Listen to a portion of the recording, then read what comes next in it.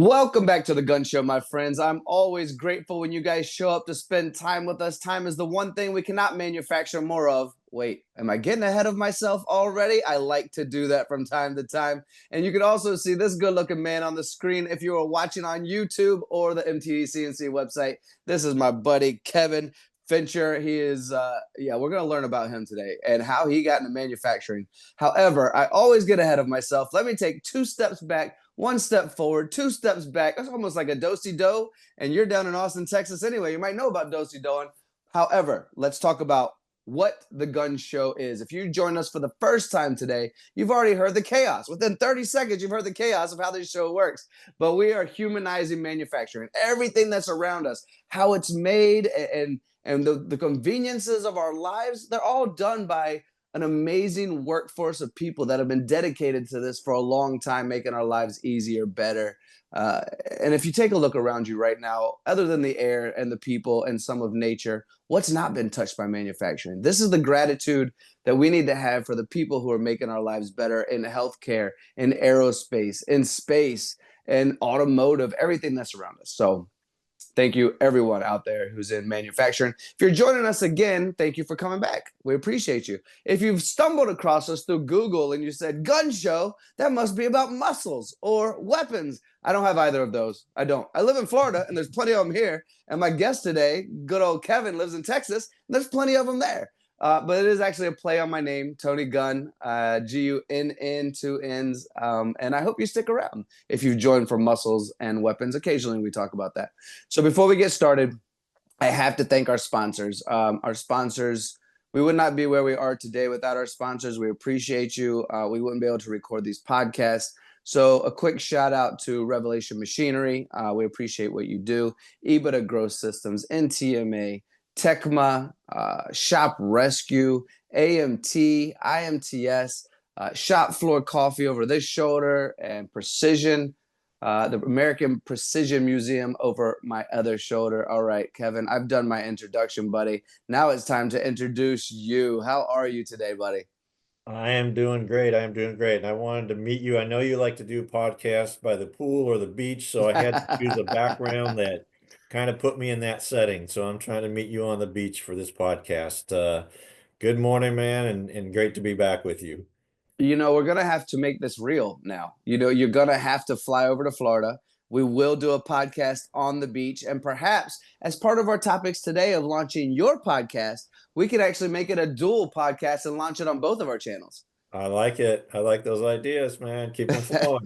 Let's do We it. like to stay creative. All right, for everyone watching and listening right now, this is my buddy Kevin Fincher. He is awesome. President and CEO, Austin Regional Manufacturers Association, Marine Corps veteran, recovering CPA. That's funny. You are a recovering CPA, and we are going to share your story today. For everyone listening right now, there's 2 main topics that we're going to get into.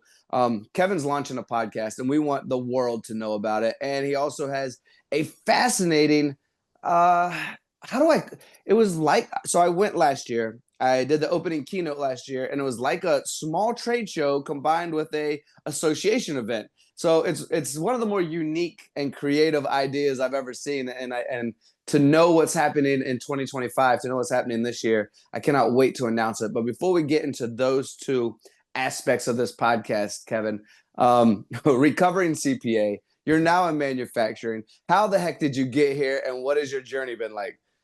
Yeah, well, so welcome everybody. And yes, as Tony says, I'm a recovering CPA. So I retired out of the public accounting field. I'd spent about 27 years as a partner in a large global firm and working on tax consulting. And I've been involved in manufacturing just from the consulting side, working with a lot of manufacturing clients. But I've always had a passion for manufacturing. It goes back to my high school days when I did the old trade shops, vocational training, but did a pivot, met a girl and had to get a college degree and all that other stuff. And so that's a path that led me into accounting. Um, but as part of that, I was fortunate enough when I moved to Austin about 12 years ago to get introduced to some thinkers that wanted to create a trade association here in Austin, Texas. and really tell the story about manufacturing. Now, Austin's been known, as you know, as a tech city, but we have a great manufacturing scene as well. And so the idea was, let's do that. So I got invited to be one of the founding board members of that. And for 10 years, sat on that board, and we built this organization into what it is today. And then, as life happens, I decided it was time to make a change, get out of public accounting. I wanted to go do something else. Didn't know what that was going to be, had no idea what that was going to be, but just decided you've got to have the courage to make a change. And I feel like I still got some years left in me. So I wanted to have my third shot at doing something and maybe find purpose and passion. And so I made the decision to leave. And in that interim period, when I was trying to find where I wanted to go, our founding CEO was approached and given an offer that he couldn't refuse. And so he made the jump into a new role. And that left our organization at this existential point in time where we didn't have a CEO and we hadn't planned for that. So through that process, I said, well, why can't a CPA come over here and try and take over the lead on that? So I really threw myself into that. Really, really had to push hard and see, was this where I wanted to go? And then learn as fast as I could to go through the process, because we did go out, do a national search for a CEO position. So it was competitive. And here I am. So I'm sitting here now in this role, and it's been just over a year. I celebrated 1 year anniversary, January 2nd. And it's been nothing but fun, passion, purpose, and learning, right? Just expanding. So yeah, here I am, the CPA who's trying to understand manufacturing, and um, I love going out and visiting with our members, seeing what's going on, the great stuff that they're doing, just the incredible thinking and the processes. I put myself back in a machine shop earlier this year. I went out to one of our education partners, Texas State Technical College, and had one of their students in the precision machining become the teacher and teach me how to get on an old mill and a lathe and recreate a hammer that I made in my shop class. And so it was fun just to go back and be back on the machine and take a walk back in time. So that's it. That's it. This is my path to where I'm at today. And I will tell you, in all of my careers and everything I've done, I've never been so excited and had so much fun as what I've done in this past year, and being involved with ARMA and everything that we're doing. So onward and forward.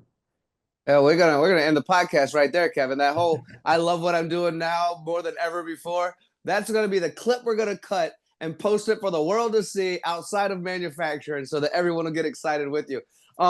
So I've been doing this quite a while. I've been in manufacturing quite a while. You and I have discussed this previously, just about all the different aspects of how things are made. I have to ask you somewhat of a humorous question. Acronyms. How many acronyms do we have in manufacturing? And people throw them out like we're all supposed to know it. And even me doing this for 25 years now, I'll get an acronym thrown at me. I'm like, what the heck are you talking about? What was it like when you took, because you came from an acronym already, CPA, and went into another industry with whole new acronyms? Are you starting to grasp it now? Or are you still like, what the heck are you guys talking about? Look, right now, kids are looking at what they're going to be doing in the future, and some of them don't even know what a career in manufacturing could look like. So what we're trying to do is support organizations and initiatives that are telling kids what a career in manufacturing is. So help us give back by purchasing Shop Floor Coffee. You can find us at shopfloorcoffee.com. We're on LinkedIn. Contact us. Let us know how we can support you and your organization. Yeah, you have to. I had all kinds of acronyms from the public accounting world that I had to, dump out and make room so I could put all these new acronyms in. You're right. It's, ARMA is an acronym, right? I've got to explain to people, what does that stand for? And there's a funny story. I think I mentioned it once before. I've told this to people. We were out doing a tour of a new CTE training center, and as we're walking through, one of the people asked me, because we were talking about CNC machines, and they're like, "What does CNC actually stand for?" And it really kind of caught me off guard. I'm like, That's a great question. I think it's computer numerical something. But let me get back to you on that, right?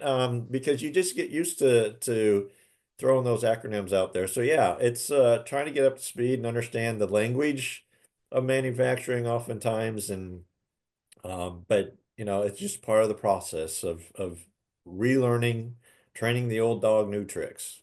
Yeah, Austin is you what a fortunate area of the world of the country to be in, honestly, Kevin. When you're going from your old career into this new career, I mean, fascinating what's happening in Austin right now, the growth and the expertise, and it's inspiring to see. I always knew Austin as a place for music, and keep it weird. And then I was cheering for your soccer team, and you got me a jersey. It's sitting right there, actually. And one of your colleagues joined me on podcast, not too long ago. And a good old Catherine over at Wolfram. And we're talking about getting out there for the next game. And I held up the jersey. I was like, yeah, Austin. So music and football and food. You guys are so good at food as well. So when you brought me out there, and don't get me wrong, we have the news and we have our social media, so we see what's out there, we see what's coming, we see how you're growing. But to witness it firsthand, when I joined you at your conference last year, and I was honored to give the keynote, by the way, thank you so much, and thank you for tricking everyone into feeding them so they had to stay. I appreciate that they had to stay during the keynote, but embracing that culture outside of music and food and football was fascinating. I mean, we went to Tyrex where there's dinosaurs everywhere. We went to Wolfram. We went to Carr Lane. We went to what was the last one we went to? Tico. Yeah, we're still trying to work. Tico had that machine in there that came from Ford. It should be in a museum, for crying out loud. So knowing that and the foundation of something like a Tico that's been there for so long, and then what's coming in, what's being brought in with the Teslas that we're talking about. How do you see ARMA supporting all of manufacturing and this massive growth that's happening right now in Austin? Yeah, if only we could have seen this coming and had an idea of what was going to happen. So we are a beneficiary of everything that's happening. Texas is a very business friendly state. It is leaning forward. It wants to drive innovation in manufacturing. We've had several global events, right? COVID was that wake up call to the supply chain, and it's time that we got to start reshoring, nearshoring manufacturing. So you have that's driving that. Texas's business friendly environment. And then we can talk about a couple of small companies called Tesla and Samsung. And who are you talking? Who's that? Yeah, Hold on, I gotta Google this real quick. I'll be right back. Tesla decides we're going to come to Austin and build a gigafactory, and within 3 years go from 0 to 23,000 employees, and they've shrunk a little bit, but Samsung now under the CHIPS Act is expanding and 2 fabs and an R&D center. Just all of that has brought this incredible explosion as the suppliers come in to support Tesla. We have we're going to have a little Korean, cultural thing because of all the Korean companies that are locating here. So we're working on that, right? Things like that you don't think about. But as an association, we want to try and work with our friends over at the Greater Austin Chamber and the EDC groups, and really create this opportunity for cultural, right? This cultural blending of Korean culture, and welcoming them to our society, as well as teaching our folks, here's how the Koreans operate, right? So those are interesting things you don't normally think about as a manufacturing association, but some of the things that we're benefiting from right now. We have Army Futures Command here, so the industrial defensive innovation that's happening is really driving a lot of our growth, and so many cool, exciting things that are happening there. So, where ARMA stands on that, right? Our 3 pillars are workforce development, advocacy, and networking. So we do a lot with our education partners. You and I have talked about that, and that's what we're looking at. That's, not to let the cat out of the bag, but we hope to really shine a light on that maybe later this year. And this partnership and collaboration of what we're doing.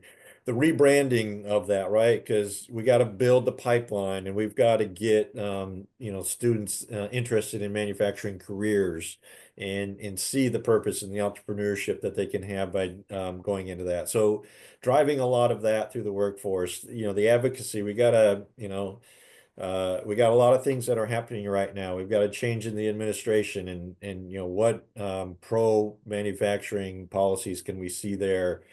Networking is very important, and that's really one of our most important pieces, right? It's connecting these dots as a Tesla comes in, or Samsung, or an Applied, all of our semiconductor industry, they need supply chain, and so we are connectors on that, right? We can connect smaller tier one and below suppliers into that supply chain and make them aware of the opportunities that we are going on. So that's where we spend a lot of our time. I field a lot of calls when somebody says, I need somebody who can do this. I need somebody who's AS 9001 certified and has ITAR registration, right? So I'm like, oh, great, I've got several that can help you on that, right? So we're a connector, a facilitator, and that's one of the best parts of this job.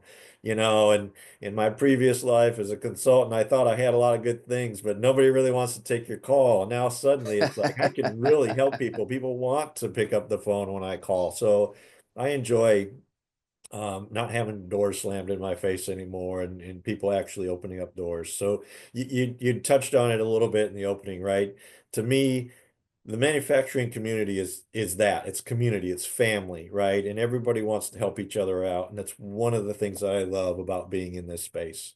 Yeah, very well said. In the chaos of my mind, as you and I have known each other for a little while now, it's going like this based on everything you just said. Very well stated. First thing I want to say is Korean culture, very forward thinking of you, and I love that. I've been to Korea many times.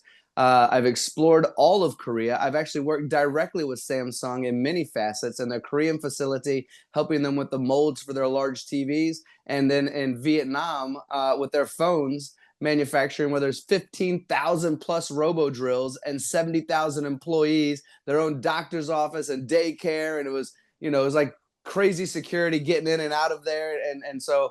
I'm a fan of Korean barbecue. I'm a fan of Korean culture. I know a lot of the customs. So if you need someone to come educate the gringos out there, as I would call myself, just above Mexico as gringos, please invite me. I love Korean culture. I'll be happy to do that. Secondly, have you heard of this little thing called a labor shortage or a skills gap?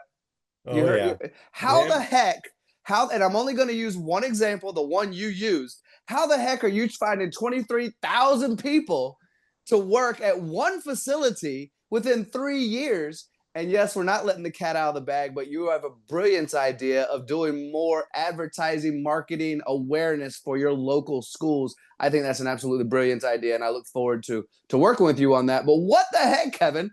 Yeah. 23,000 at one location within 3 years? We're having a labor shortage skills gap across the nation.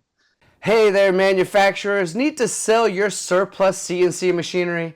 Whether it's vertical machining centers, CNC lathes, or machines from top brands like Yazda, Matsur, or Watchon, let me introduce you to Revelation Machinery. If you've never worked with a used machinery dealer before, here's what you're missing. Selling equipment on your own can mean long waits, low offers, and lots of time chasing leads. Revelation Machinery changes the game, bringing nationwide exposure to your machines. Their team is located across the USA, so wherever you are, you've got a local expert on your side. Revelation doesn't just list your equipment, they use targeted marketing methods to get your machines in front of serious buyers. Revelation Machinery is committed to fair pricing, full transparency, and taking care of the details. From paperwork to logistics and even rigging if you need it, they're there every step of the way so you're not juggling any part of the process alone. Ready to let a trusted partner handle the heavy lifting? Head to revelationmachinery.com/The Gunn Show to see how easy it is to turn that surplus machinery into cash with Revelation Machinery. Well, it was an incredible time, right? And when you look at it just on the quantity, it was daunting, right? And there was a lot of concern. How are you going to staff? How is that going to impact everybody who's already in the market, right? Am I going to lose because, Tesla's going to come in and they're going to need to hire to do that? And so really the community rallied around that. And again, with our education partners, whether it's Austin Community College or TSTC, and our friends up in Temple and Temple College, we through ACC, we created something called the Tesla Start program. And in conjunction with Tesla and designing the training for what they needed to really push that through. But I would say, Tesla also invested in the community, right? They've adopted several local schools, one locally out that's by the Gigafactory, and actually invested in that school to help stand up a CTE program. One of the things that's difficult at the high school level, even at the community college level, is competing with industry to have instructors to actually teach, right? Because the money that you can make in industry versus money in education, there's a disparity, and we have a problem that we have to address on that, and we're trying to solve for that. And Tesla realized that, and they made an investment so that Del Valley High School could actually go out and hire people and pay prevailing wage so that they could have the instructors to teach this program at the high school level. And here's a place where high school students can actually see, I'm going to have a job when I graduate here because Tesla is basically hiring anybody who completes that START program. So we love that. We have the STARS program, which also addresses the semiconductor hiring and what Samsung's need is going to be once they get their fab up and running. But through all of that, after the initial fear faded, people realized this has actually been beneficial for the community because of all of this training. And not everybody stays at a Tesla, right? There are people who want to work in smaller shops. They learn a skill set and they see something and they're like, they have their aha moment and they want to move on and they want to do that. So rather than having this fear of all this workforce being sucked out, which in the initial days it happened, but now that has settled down and there's so much knowledge, and it just lifted up the whole training program. And so you have to think long term, and that's where we're trying to think long term. And we've talked about this, that we have the programs now at the community level. We're focusing on the high school CTE programs, but we've got to go down into the elementary schools and we got to start telling the story down there and getting people excited about that. So I'm really excited about a program that we're going to try and kick off with, some children's books around this. And I'm having some discussions right now, and we're going to pilot this. We're going out to a STEM night at one of the elementary schools. And we're going to have a reading session, and we're going to go through this and see if we can get some kids interested. And we're going to talk about some interesting topics, which we'll get into when we talk about the podcast, because our first podcast is going to really focus in on this. But workforce. I like to say, I think that ship is turning, and we're getting around to address it. And I think the word is getting out now about these great careers and these opportunities. And so we'll continue to promote that all day long. And I've got a book. We've talked about this in manufacturing, Dark, Dirty, Dangerous, right? That we got to change that perception of manufacturing. And we talk about the kids, but we got to get to the parents, right? We got to change the perception of the parents who still believe that to this day.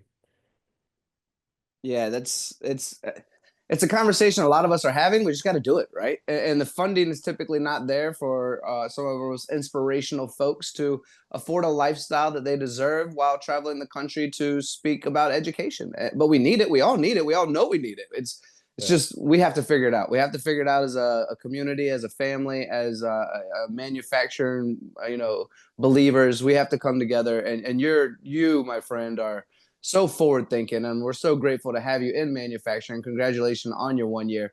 Let's talk about podcasts. So when I joined you in Austin for your show, we did a podcast together. We had a whole lot of people, and you are a natural. You're going to be so good at this. But part of what we're doing here today is the Gunn Show's been running for 4 or 5 years now. We're on episode, I don't know, 200-300, something like that. We're affiliated, partnered, powered by MTD CNC, which is the most popular news channel on the planet for manufacturing, the largest agnostic news channel on the planet for manufacturing. So I kind of had a cheat code when I launched the Gunn Show and said, I'm going to launch it, but I'm going to launch it on the most popular platform. So I didn't have a whole lot of work ahead of me other than just hoping that we're entertaining enough and educational enough that people return. And after 3, 4, 5 years, the proof is in the pudding. People return, people love it. They love the Gunn Show. But you, my friend, you're a natural, and you're launching, and you're getting started, and it is so very important. So let's talk about your show. Let's talk about what you're going to talk about on your show, even though I know you already gave us a taste of that already. Some of the guests you might have on the show and why people should listen.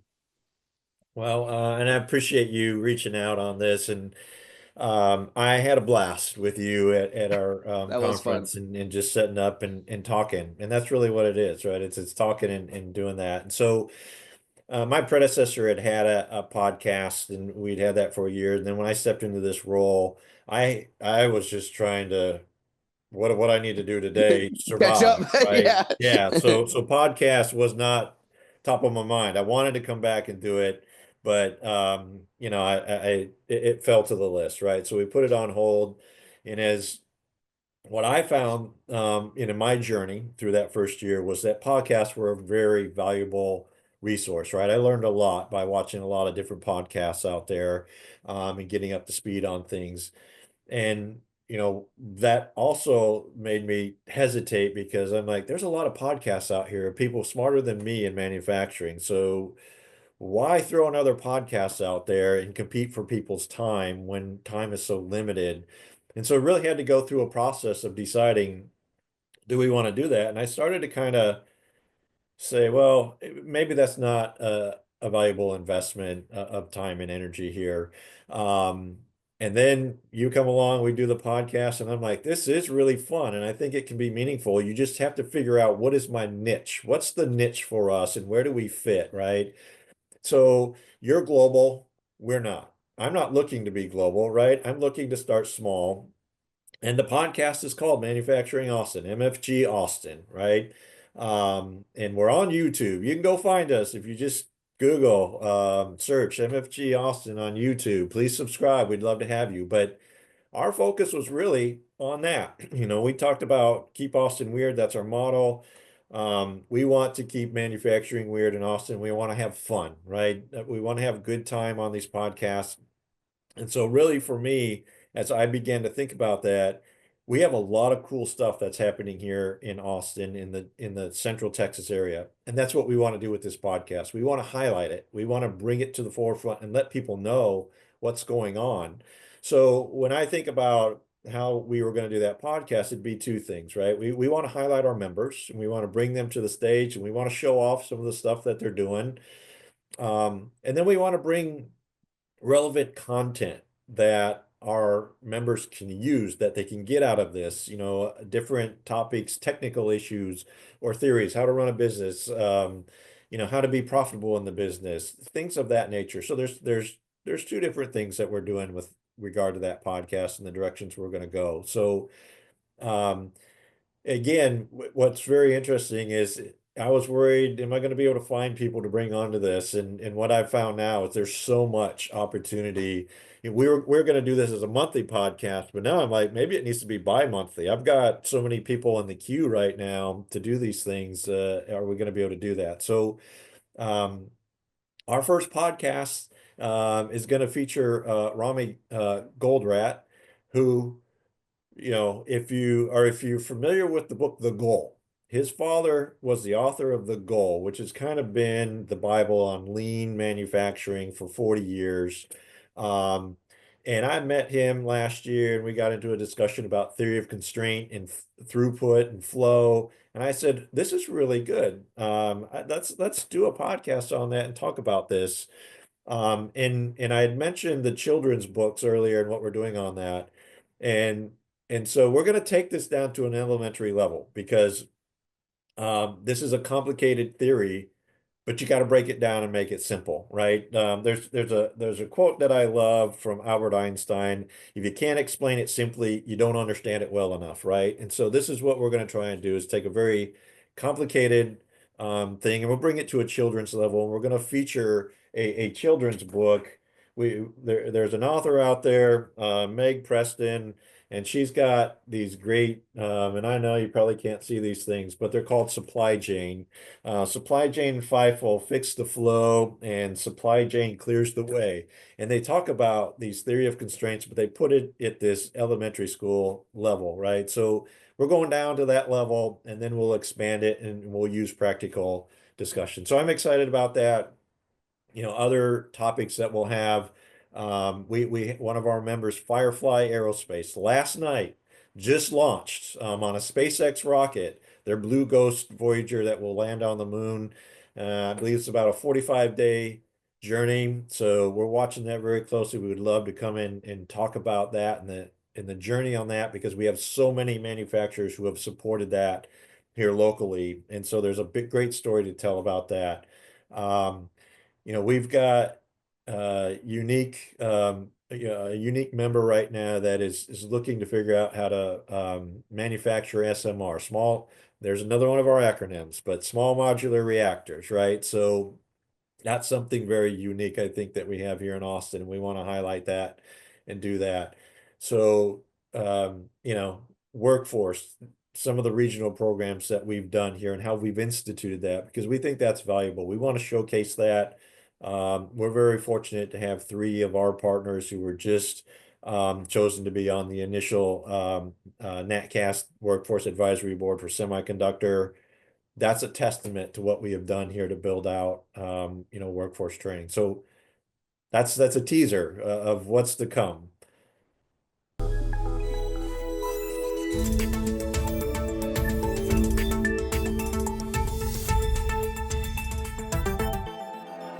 Fernanda, English or Spanish, totally up to you. What has been your favorite part of IMTS? And I probably just spending so much time with everyone here, right? I think that my favorite part of IMTS is to get to see everyone, to get our team reunited in here, and all the technology that we have seen.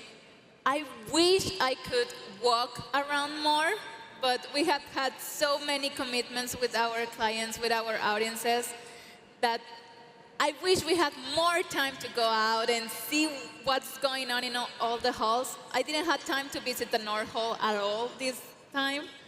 So I really, really wanted to see a couple of friends over there with their technology, but the South building with all the machine tools has been amazing to see, and I really enjoy it. You started that off by saying that I do global and you want to be regional, but your region is kind of global. I mean, let's be honest. You got Samsung there. You got Tesla. Could you imagine? I bet you're going to be so popular, Kevin, that you're going to get Elon Musk on your show. Isn't also Joe Rogan right around the corner? Why don't you? Yeah, Joe. Well, Joe likes to do like 2-3 hour podcasts, I think. We'll see. How that goes. But yeah, we've got Joe who's filming here locally. Elon's a slippery guy to try and get. But, Yeah, I bet he is. But hey, we can start smoking a few joints and we can talk for 2 or 3 hours on a podcast as well. We can do the same thing if we wanted to. I don't know if that's what it takes, man. We'll figure it out. That's what it takes for me to drag on a conversation for 2 to 3 hours. But you have the right mindset, Kevin. You always have. Ever since I've met you, you're driven, you're creative, you're motivated. You want to do right by other people. You love being of service to others and helping them out. And you see this I'll use the word gap again, but you see this gap in awareness in a traditional industry that's just done a piss poor job of promoting itself for the last 2, 3, 4, 5, 6 decades. And you have come in, and gosh, Austin regional area is lucky to have you. The whole country is lucky to have you. So I can't wait to start listening to your podcast as well. Well, those are truly kind words, and I thank you for that. It's as we've talked about, I don't know what I'm doing, but I think being none of us do, Kevin. None of us do. Yeah, but it's the community has been so welcoming to me, and taught me so much, and it's really, I think about a lot of things that I do, and I'm like, why isn't somebody else doing that? And you know, sometimes people get in your ear and they tell you, well, you shouldn't do that. This is the way you should go. And what I told myself is through this process, I'm going to be authentic to myself. And if nobody else has done it, okay, so what? Let's go see what happens. And I'm prepared to, you know, have some mistakes. It's not like I didn't make a few last year, but you pick yourself up and you move on and you grow from that. And again, I think we need to push the boundaries, right? And we need to think outside the box, and we need to figure out if we've been talking about workforce development for, you know, 5 years and everything that's happening, and yet we're still talking about it, then we got to try something different. And this is really, I started out thinking about high school. And then I said, we got to be in the middle school. And now I'm in the elementary schools. So, you know, I'm changing my thought process because I want to think long term. Right. Long term, which means you've got to reach down into the elementary schools and begin this rebranding of advanced manufacturing careers and dispel this myth of go incur, you know, $100,000, $200,000 worth of debt and get a college degree for a job that's not going to pay you anything, that that you'll be in debt for 10 to 15 years, right? We have an issue on that, and Mike Rowe talks about this all the time, right? $1.7 trillion of student loan debt that is overhanging our people. So we've told a false narrative.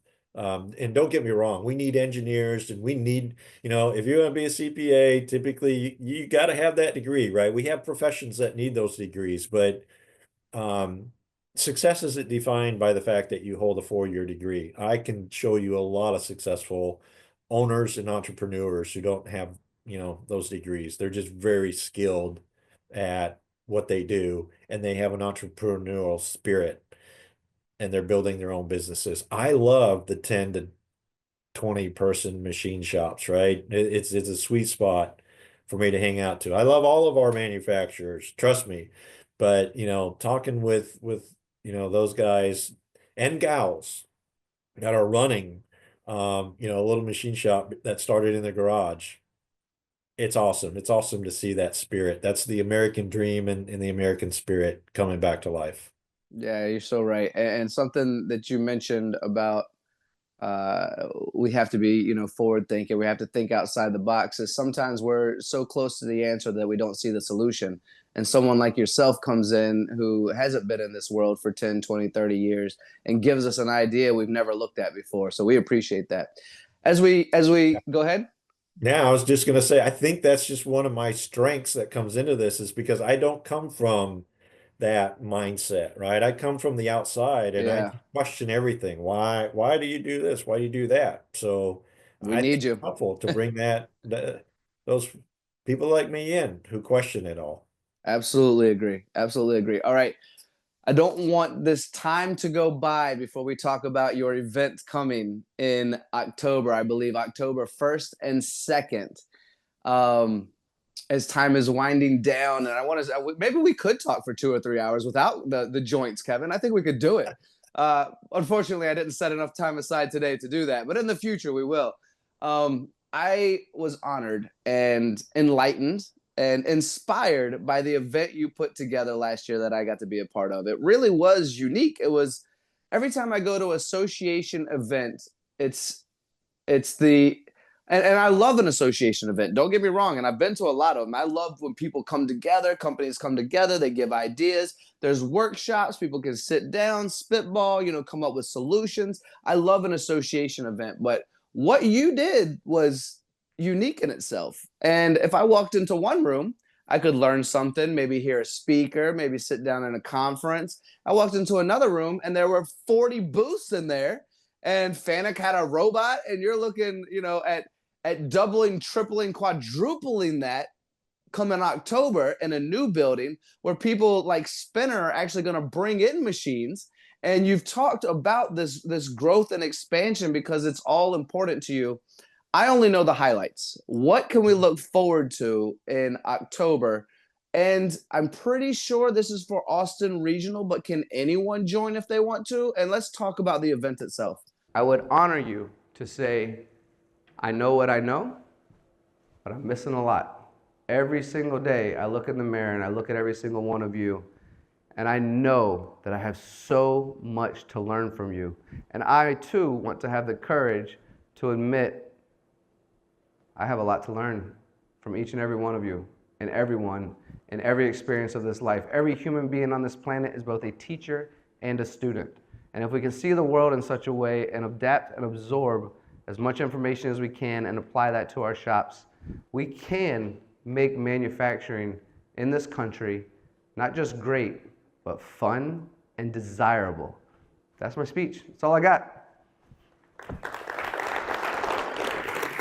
Yeah, no, great. And happy to do that, right? So you did get to see our space last year.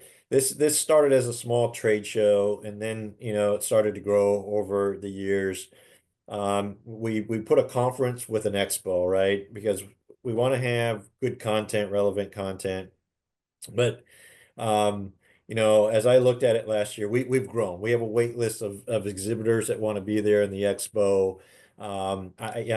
I wanted to bring all this content. I got really ahead of myself last year. So this was one of my learning lessons. I had too much content because the feedback was, this is all great stuff, but I can't be in two places at once or three places because I want to be on the expo networking and I want to be at this session that you have, and then you had another session. So we're changing that format, right? So what we realized is, we need a bigger space. And that's why we're moving up to Kalahari Resorts and Conventions in Round Rock. We're going to triple the size of the expo hall. We're going to a multi-day event, right? 2 days, so that we can try and put some content in there and give people the space to network on the expo floor, and go to relevant content sessions. And so, one other unique thing that's going to happen is we're going to have a separate section for workforce. I'm really excited about this opportunity. And what we want to do with that is we set that up and we have our workforce partners come in. We'll have a separate stage over there where we'll be talking about and presenting on workforce issues. And we're going to bring CTE instructors in and counselors from the high school so that they can get exposure. You not only can see and hear some technical programs, but you can wander an expo floor and see a lot of the cool stuff that's happening in the manufacturing community. So we've got all of that that's going to be happening. And I'm really excited about the opportunities and just being able to have more opportunity.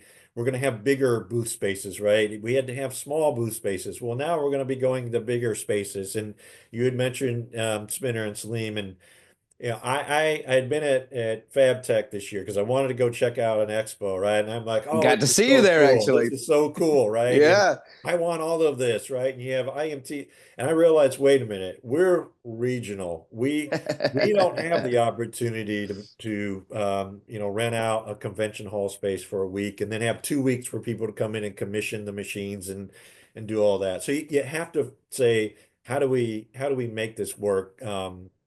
And so we're trying to fit that in, right? This will be our first grand experiment with doing this, and hopefully it's successful, and maybe we can expand. But we want to really highlight what's going on. So your question, anybody can attend. The expo itself is free. If you want to go to some of the conference sessions, then you pay to go and get that content. But we want as many people as possible to come out to the expo and engage with our members. So it's free.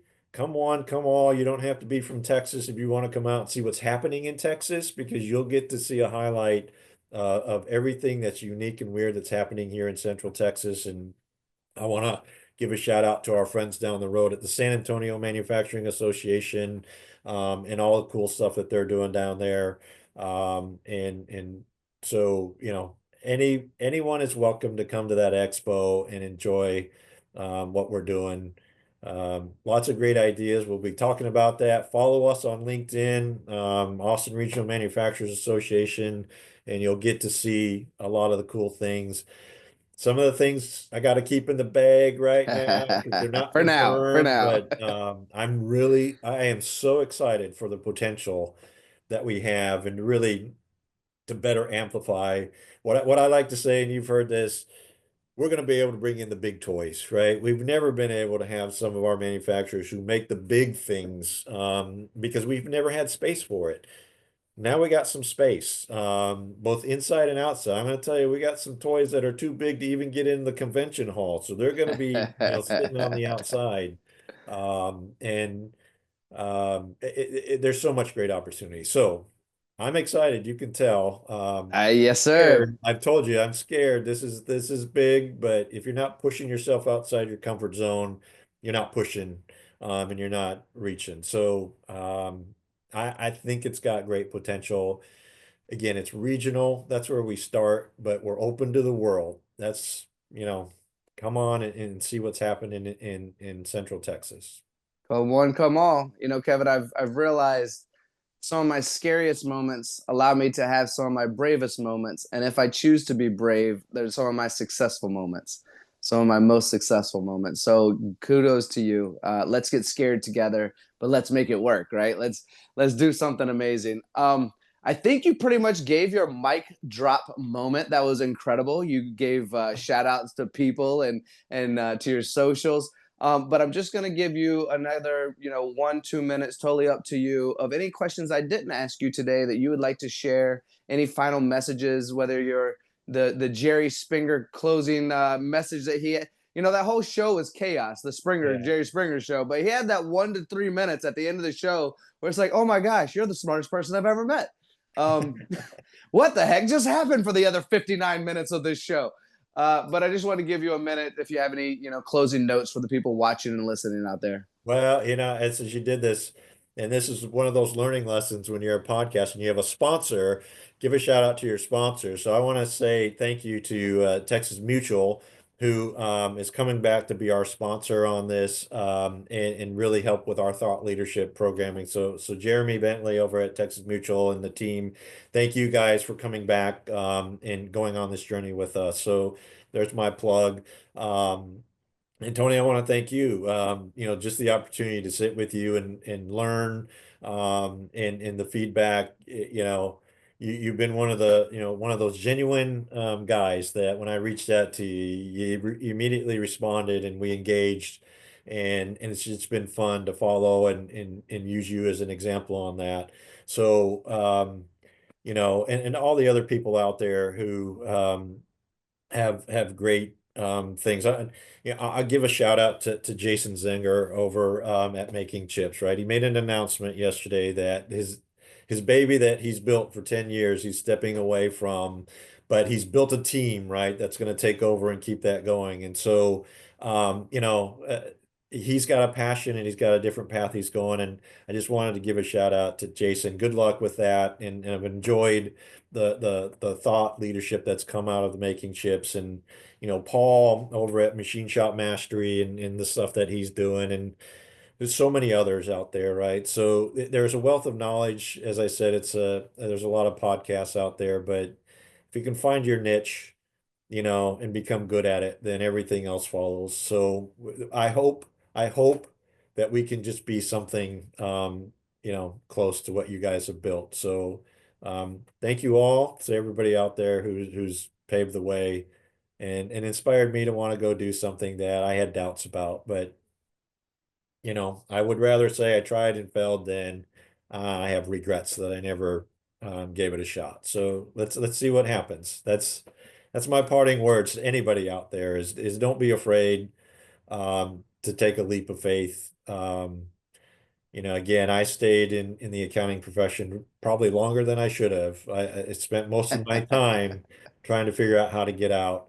But until you close the door and have faith to see what opportunities are out there, you never know. So that's my parting words of wisdom. I like it. And since you shouted out, our friends over there, Pro Shop Paul and Jason Zinger, and Jason had an entire room in tears at the NTMA Engage event when he rode on stage to join me for the closing keynote, which was a surprise for everyone.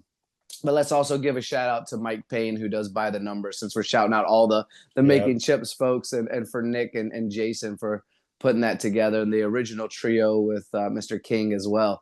So good times, great podcast. One day they'll catch us over here at MT. I'm just kidding. It's not a competition. I love those guys as well. They're amazing, every single one of them. And I like what they've done moving forward. So Kevin, thank you so much for your time. Thank you for your words of wisdom. Thank you for your closing statements.